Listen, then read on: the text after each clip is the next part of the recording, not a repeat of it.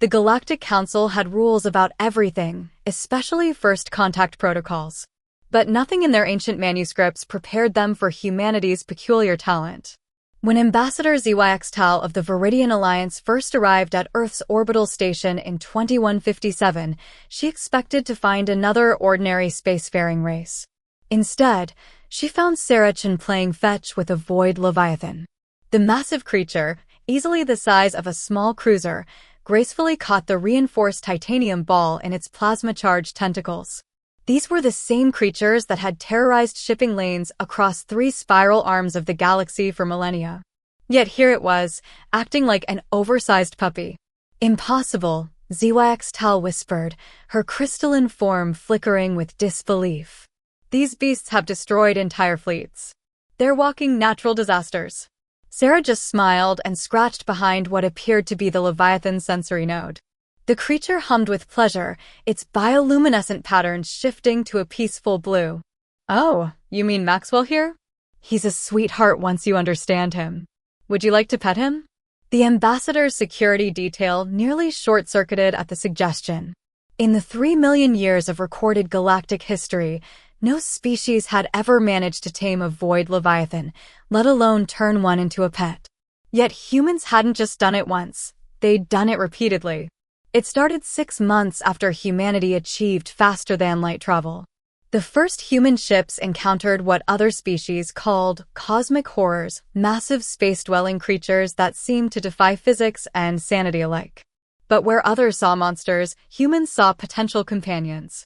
Dr. James Henderson, the pioneer of xenozoology, made the breakthrough. "They're not so different from Earth's deep-sea creatures," he explained during the first successful contact. "Lonely, adapted to extreme conditions, and much more intelligent than we initially assumed. They just needed someone to understand them." The Galactic Council's scientists had spent eons trying to study these creatures from a safe distance. Humans? They went right up and tried to feed them. They developed special synthesized foods based on the energy signatures these beings naturally consumed. They invented games to keep them mentally stimulated. They even created massive grooming stations for species that needed help shedding expired plasma scales. But they're dangerous. Zyxtal protested as she watched Sarah demonstrate how Maxwell could now precisely target his energy bursts to destroy specific asteroids in a debris field. "They've evolved to survive in the harshest conditions in space." "Exactly," Sarah replied, her eyes twinkling. "Just like we evolved to survive on a death world with extreme temperature variations, constant atmospheric changes, and hundreds of natural disasters. Maybe that's why we understand each other." The truth was, humanity's reputation for adopting dangerous creatures had already spread through the galaxy like wildfire. Videos of humans cooing over creatures that could swallow small moons, teaching space-time distorting entities to sit and stay, and establishing interstellar sanctuaries for formerly dangerous species had become the galaxy's most viral content. As if to prove the point, Maxwell suddenly perked up his sensor arrays. Another creature, a quantum serpent, had appeared at the edge of the station's safety perimeter. While the ambassador's crew prepared for emergency protocols, Sarah just checked her schedule. "Oh, that's just Luna coming for her afternoon play date with Maxwell," she explained casually. "She's been a bit lonely since her pod migrated to the Carina Nebula. Would you like to stay and watch? We're teaching them both how to weave solar winds into pretty patterns." Ambassador Zyxtal realized that the standard first contact protocols were completely useless here. Humanity hadn't just achieved space flight, they'd somehow managed to turn the galaxy's most feared creatures into an interstellar petting zoo. And somewhere in the vast bureaucracy of the Galactic Council, someone was going to have to create an entirely new classification for this bizarre species that looked at cosmic horrors and decided to befriend them.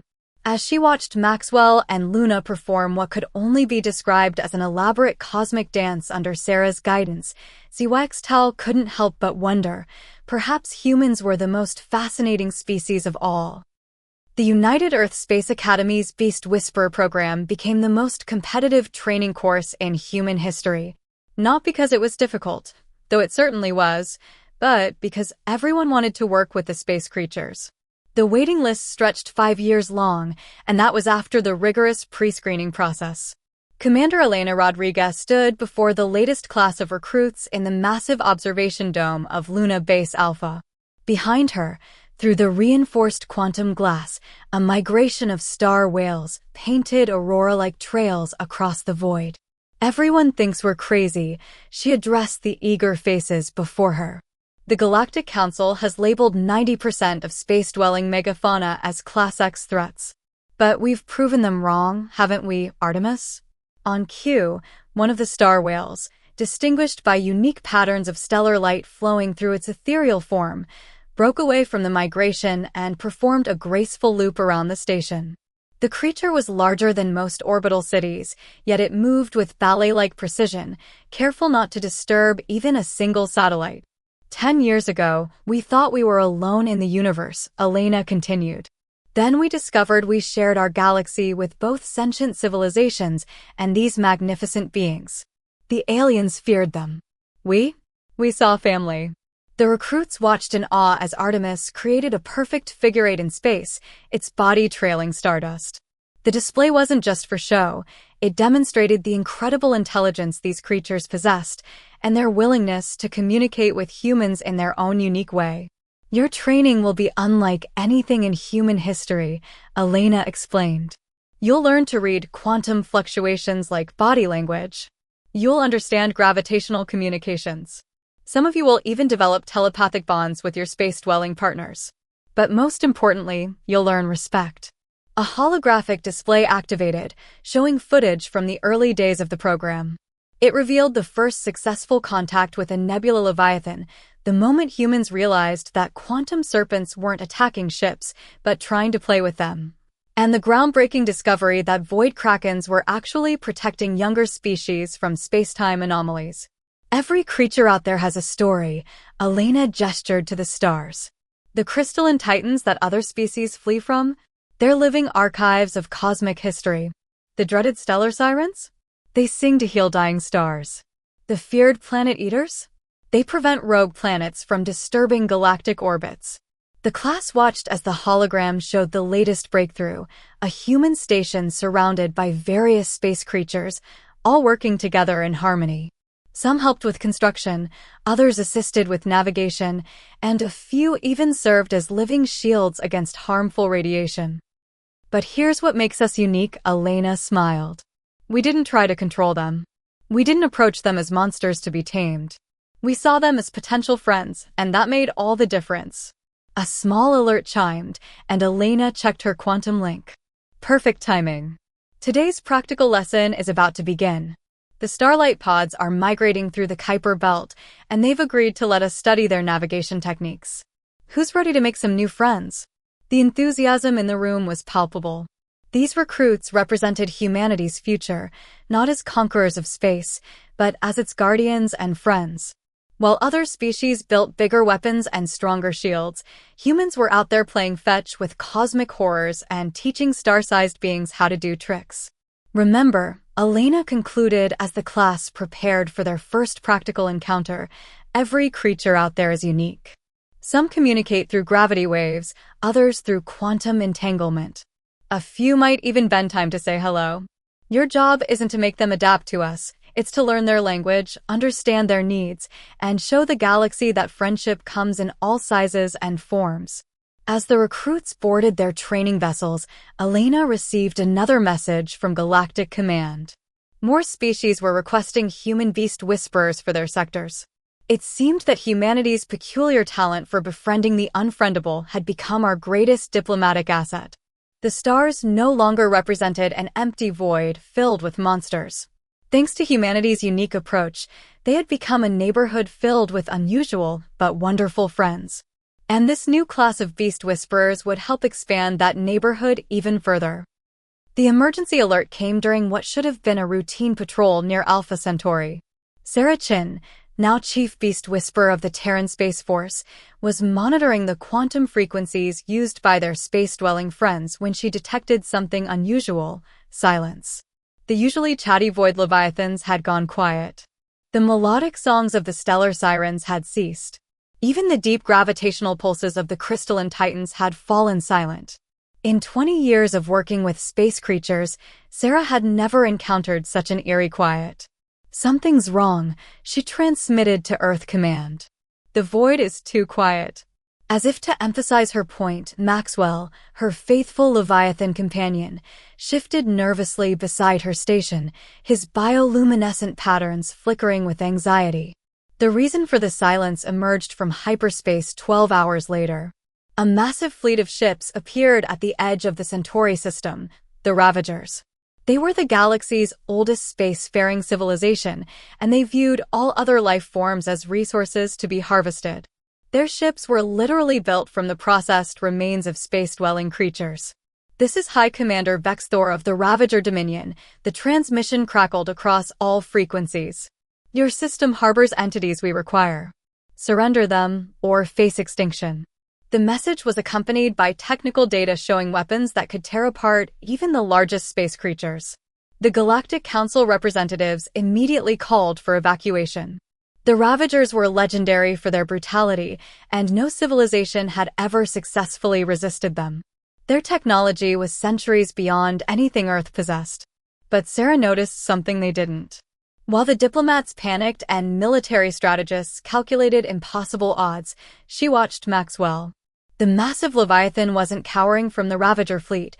He was positioning himself between their ships and a particular sector of space.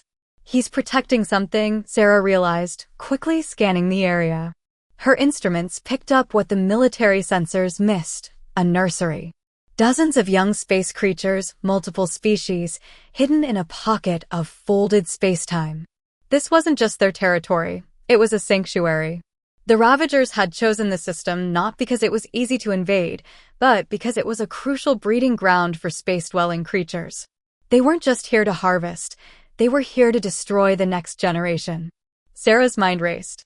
Humanity's ships couldn't match the Ravagers' firepower, but they had something no other civilization had ever achieved: the trust of these cosmic beings. She opened a channel to Earth Command. "Request permission to implement Protocol Omega," she transmitted. It was a theoretical strategy, never tested, deemed too dangerous by most military experts. But Sarah knew it was their only chance. Back on Earth, the military council debated for precisely 6 minutes before giving their answer: permission granted. "May whatever gods exist have mercy on us all." Sarah took a deep breath and activated the quantum resonance beacon, a device humans had created not as a weapon, but as a way to call their space-dwelling friends together for study and play. But this time, she modified its frequency to convey something new: danger, protection, family. The response was immediate and overwhelming. Void leviathans emerged from folds in space. Quantum serpents materialized from subspace. Stellar sirens appeared in flashes of light. Crystalline titans rose from their hibernation in asteroid fields. Even the elusive planet dancers, beings that could manipulate gravity itself, answered the call. The Ravager's sensors lit up with thousands of warnings as space itself seemed to come alive around them. High Commander Vexthor's voice betrayed the first hints of concern. "What trickery is this?" Sarah opened a channel to both the Ravager fleet and all human ships in the system. "You see them as resources. We see them as family. And family protects its own." As if rehearsed, though it was anything but, Maxwell let out a resonating call that rippled through space. It was answered by every space creature in the system, a symphony of defiance against those who would harm their young. The battle for Alpha Centauri was about to begin, and humanity was about to show the galaxy why making friends was sometimes more powerful than making weapons. The Ravager fleet's formation was perfect, their weapons primed, their shields at maximum. High Commander Vexthor had conquered 1,000 systems with similar tactics. But he had never faced anything like this. Sarah Chun stood at her command console, her hand resting gently on Maxwell's neural interface patch. Around her station, other beast whisperers connected with their companions. They weren't controlling these magnificent creatures, they were coordinating with them, a symphony of human and cosmic intelligence working in harmony. "Remember," Sarah broadcast to all human ships, "we're not here to destroy. We're here to protect." She felt Maxwell's agreement ripple through their bond, his massive form shifting with anticipation. The Ravagers struck first. Energy beams capable of cutting through battleships lanced out toward the gathered space creatures. But the crystalline titans moved with unexpected grace, their ancient forms intercepting the attacks. The beams that should have destroyed them instead reflected off their faceted surfaces, transformed into harmless light shows. Impossible, Vexthor's voice crackled over the command channel. Those creatures are mindless beasts. Sarah couldn't help but smile. Actually, they're pretty good at geometry. We discovered that during an interstellar game of laser tag. The quantum serpents struck next, their bodies phasing between dimensions in a dance that human scientists had helped them perfect. They wrapped themselves around Ravager ships, not to crush them, but to disrupt their weapon systems with precise quantum fluctuations. The Void Leviathans, led by Maxwell, demonstrated why they were the most feared creatures in space. But instead of destroying ships, they used their mastery of spatial distortion to create a complex network of micro-wormholes. Ravager weapons fired disappeared into one hole only to emerge from another, heading right back at their own shields. You see, Sarah explained to the increasingly frustrated Ravager commander, we spent years playing with them, not studying how to kill them. Turns out, that makes a difference. The Stellar Sirens added their voices to the battle, but not with destructive sonic weapons as the Ravagers expected. Instead, they sang in harmony with human quantum frequencies, creating a resonance that strengthened the shields of their allies while disrupting enemy targeting systems. Even the young creatures in the nursery contributed. The baby Void Leviathans, under the watchful eyes of their parents and human caretakers, created small distortion fields that confused enemy sensors. It was like a cosmic game of hide and seek, something humans had actually taught them. This isn't warfare, Vexthor spat. This is chaos. No, Sarah corrected him. This is cooperation. Something you might want to learn about. The planet dancers demonstrated their mastery of gravity, not by crushing the enemy fleet, but by creating a complex gravitational web that made precise movement impossible. Ravager ships found themselves pulled and pushed in unexpected directions, their perfect formation dissolving into confusion. The crystalline titans, working in concert with human navigators, used their bodies to create a prismatic maze. Enemy ships found themselves trapped in corridors of reflected light and redirected energy, unable to target anything effectively. But the true power of humanity's approach became clear when a young Ravager ship, damaged and spinning out of control, threatened to crash into the nursery area. Without hesitation, Maxwell and two other Leviathans broke off their attack pattern to catch the ship, gently stabilizing it and moving it to safety. You saved them? Vexthor's voice had lost its edge of superiority. Of course we did, Sarah replied. That's what friends do. And that's what you never understood about these beings. They're not weapons. They're not resources. They're living, feeling creatures capable of compassion, even for those who would harm them. The battle continued, but it wasn't a battle of destruction. It was a demonstration of protection, of cooperation, of life-preserving life. The Ravagers found themselves not just outmaneuvered, but outdone by a force they had never considered, the power of mutual respect and understanding. Hour by hour, the Ravager fleet's coordination crumbled. Their weapons proved useless against creatures who had learned to turn attacks into games. Their tactics fell apart against beings who had spent years playing with humans, learning to think creatively and work together. And through it all, not a single ship was destroyed. Not a single life was lost. The greatest victory in human military history was being achieved not through superior firepower, but through superior friendship. The silence that fell over the Alpha Centauri system was different from the fearful quiet that had preceded the battle. This was a silence of amazement, broken only by the gentle resonance of space creatures tending to their young in the now-safe nursery. The Ravager fleet hung motionless, their perfect formation reduced to a scattered array of ships caught in the planet Dancer's gravitational web. On the command channel, High Commander Vexthor had not spoken for several minutes. His worldview, built over centuries of conquest, was crumbling before his eyes. Sarah Chin watched as Maxwell and the other Void Leviathans began carefully releasing the trapped Ravager ships. The space creatures could have destroyed the fleet. Instead, they were helping them reorient themselves, ensuring no ships were damaged as the gravitational web dissolved. Why? Vexthor finally asked, his voice barely a whisper. Why show mercy? Sarah's response was interrupted by an unexpected sight. A young Ravager scout ship, instead of retreating with its fellows, had drifted closer to one of the crystalline titans. The massive creature, rather than showing aggression, shifted its crystalline surfaces to create a dazzling display of light, a greeting pattern that human researchers had documented among its kind. Your ships, Sarah noted, checking her readings, they're partially organic, aren't they? Made from processed space creature materials? Yes, Vexthor admitted. It is our way. The strong consume the weak. And yet, Sarah smiled as she watched more young Ravager pilots cautiously moving closer to the space creatures. It seems some of your people can still feel the connection. These beings aren't resources to be harvested. They're part of the living galaxy. And they're willing to share it. The next few hours became an impromptu first contact of a different kind. Young Ravager crew members, their natural curiosity overcoming centuries of cultural conditioning, began learning what humanity had discovered years ago, that the cosmos was full of potential friends rather than resources to be exploited.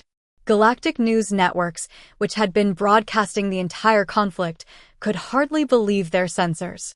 The most feared military force in known space was being transformed not by defeat, but by revelation. The sight of Ravager engineers tentatively learning to communicate with stellar sirens, watching in wonder as Void Leviathans demonstrated their mastery of spacetime, would reshape galactic society's understanding of power. Even the Galactic Council representatives, who had initially fled the system, returned to witness something unprecedented. The fearsome Ravagers, who had never signed a treaty or shown mercy in their 1,000-year history, were requesting something new: teachers. We want to learn, Vexthor announced on all frequencies, his voice carrying the weight of a civilization at a turning point. Not to control or harvest, but to understand. As the humans have done. Sarah felt Maxwell's approval through their neural link. The massive Leviathan had already begun showing a curious Ravager science vessel how he created micro-wormholes, treating it more like a student than an enemy.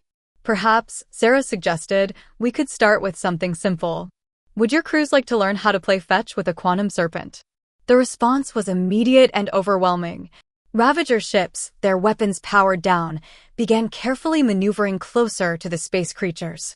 The beings that had been seen as monsters for millennia were about to become teachers.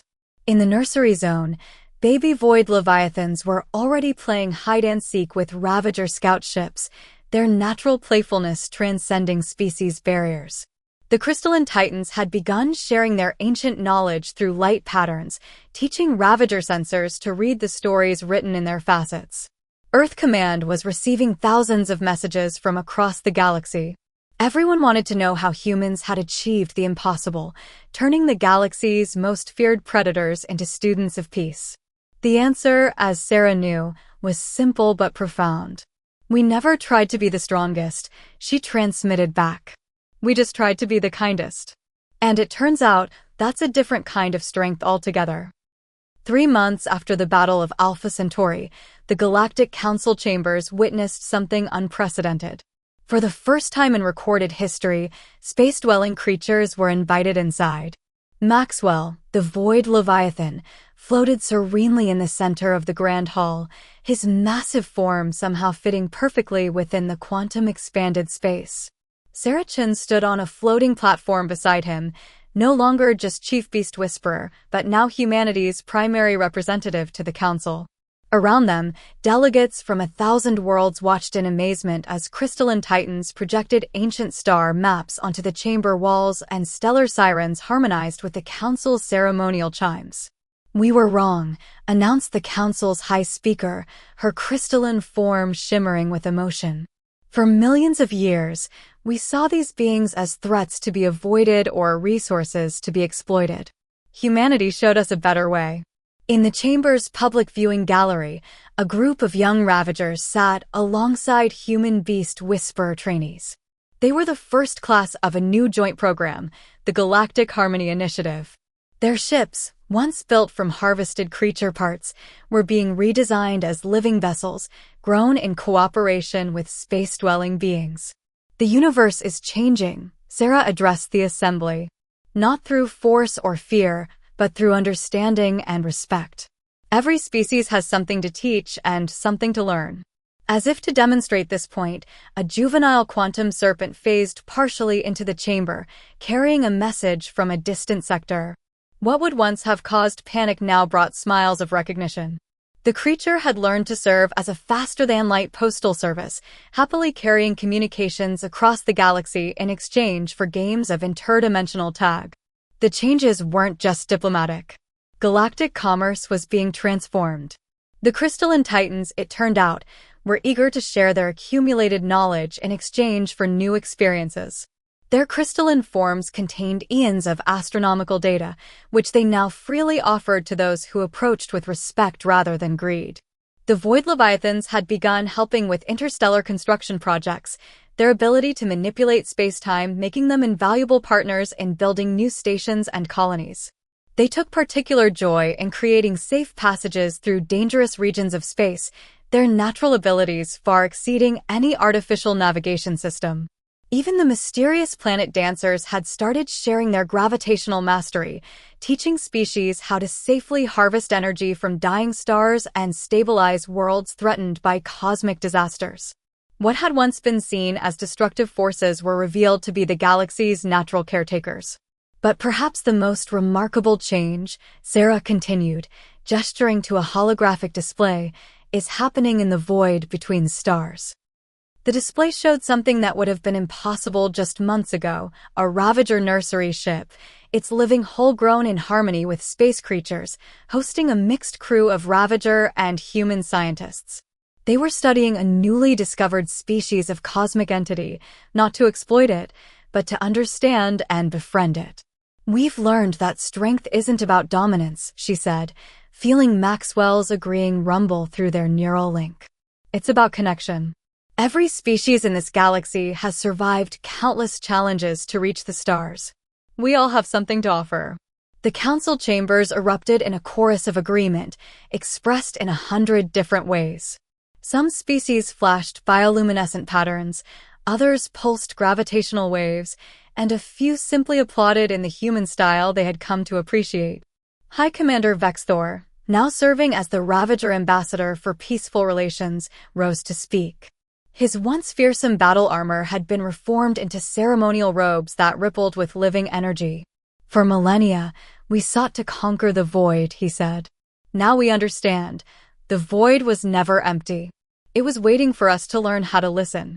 A group of young space creatures, drawn by the gathering's energy, had begun playing in the space above the chamber.